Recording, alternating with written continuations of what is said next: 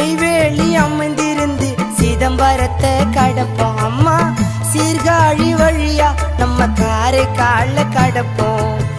நாகப்பட்டினம் வந்த உடனே கால்வழியும் குறையுதுமா. கொடி மரத்தை பார்த்ததுமே எங்க மனசு நிறையுதுமா. வெறும் காலில் நடந்து நாங்க பல ஊரை கடப்போம். கல்லு முள்ளு இருந்தா கூட கால்வழிய மறப்போம். ஆகஸ்ட் மாசத்தில் மழைய போடுவோம். கஷ்டன்னு வந்துட்டா மாதாவை தேடுவோம். வேலை நகரில் அமைந்திருக்கும் வேளாங்கண்ணி மாதா, உன்னை நம்பி நடந்து வரோம் எல்லாம் இனி நீதான்.